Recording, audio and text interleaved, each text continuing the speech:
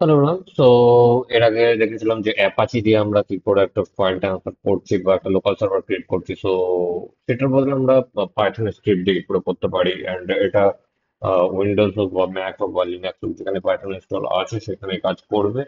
আর যদি কাজ না করে সেক্ষেত্রে কমান্ডে জানাতে পারো। আরো অনেক কিছু প্রসেস আছে যেটাতে আমরা পাইথনে ইজিলি একটা লোকাল সার্ভার ক্রিয়েট করতে পারি। তো চলো দেখা যাক।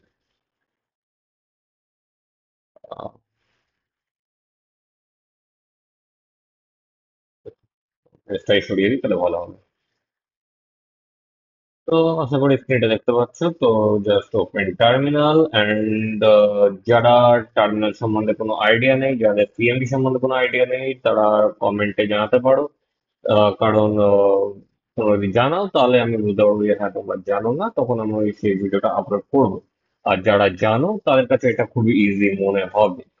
তো যাই হোক, স্টার্ট করা যাক। তো কমান্ড যেটা রয়েছে যে,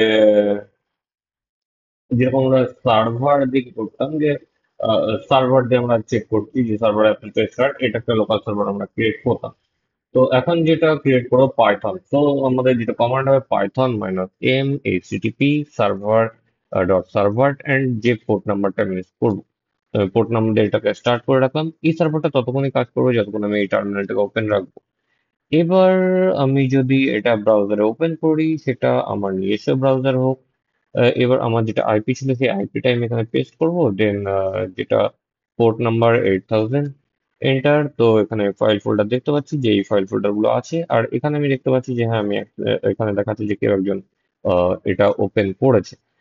আদারওয়াইজ যদি আমি আহ,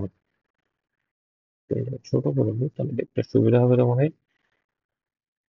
হ্যাঁ, আমি করি। Sorry.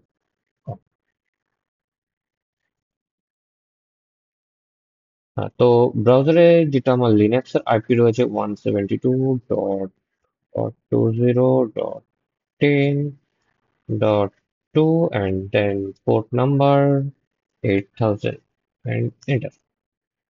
তো সেক্ষেত্রে পুরো ফাইল ফোল্ডার কি কি রয়েছে সেটা দেখতে পাচ্ছি, ইভেন হিডেন ফোল্ডার গুলোকেও আমি দেখতে পাচ্ছি যে হিডেন এই ফোল্ডার গুলো এখানে রয়েছে।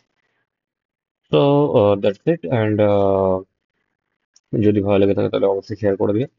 আর যাদের সাইবার সিকিউরিটি নিয়ে ইন্টারেস্টেড আছে তোমরাও কমেন্টে জানাতে পারো। তো গুড নাইট।